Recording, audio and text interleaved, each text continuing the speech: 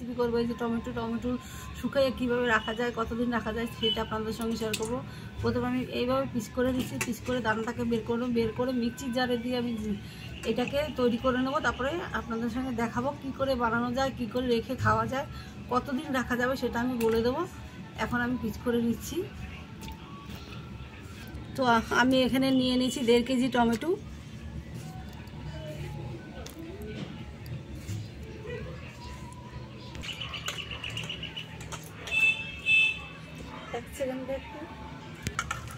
এই যে আমি দানাটাকে এইভাবে বের করে ফেলে দেবো, এইভাবে ব্যাস এরকম পরিষ্কার করে মিষ্টি জারে নিয়ে নেবো, জল থাকবে না।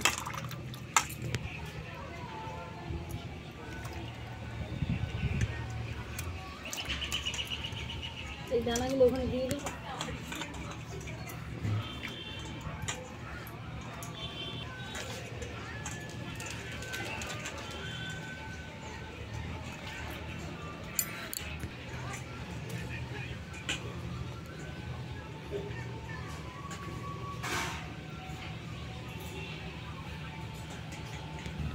আমার কাটা দেওয়া হয়ে গেছে, দেখুন। আমি এবার মিক্সি জারে সব দিয়ে নেব, দিয়ে পেস্ট করে নিচ্ছি।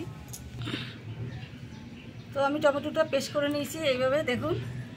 আমি এটা শুকাবো, শুকিয়ে ঝুরঝুরো করে আপনাদের সঙ্গে শেয়ার করব।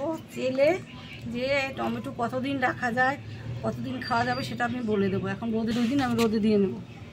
শুকিয়ে নিয়েছি, এবারে আজকে গুঁড়ো করে দেখিয়ে দেবো যে কীভাবে আমি তৈরি করলাম টমেটোটা।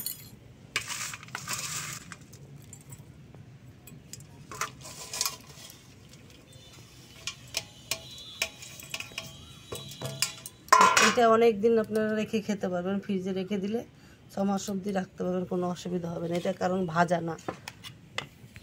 তাহলে দেখুন, এবারে আমি এটা মিহি করে নিয়েছি একদম। এটা চালতে হবে না।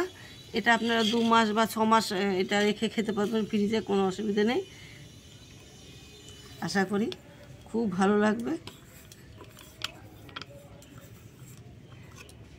খাওয়া যাক চ্যানেলটা দেখতে থাকুন, লাইক কমেন্ট শেয়ার করুন। ভালো লাগলে আপনারা সাবস্ক্রাইব করুন। নিত্য নতুন রান্না দেখার জন্য আপনাদের কাছে অনুরোধ রইল।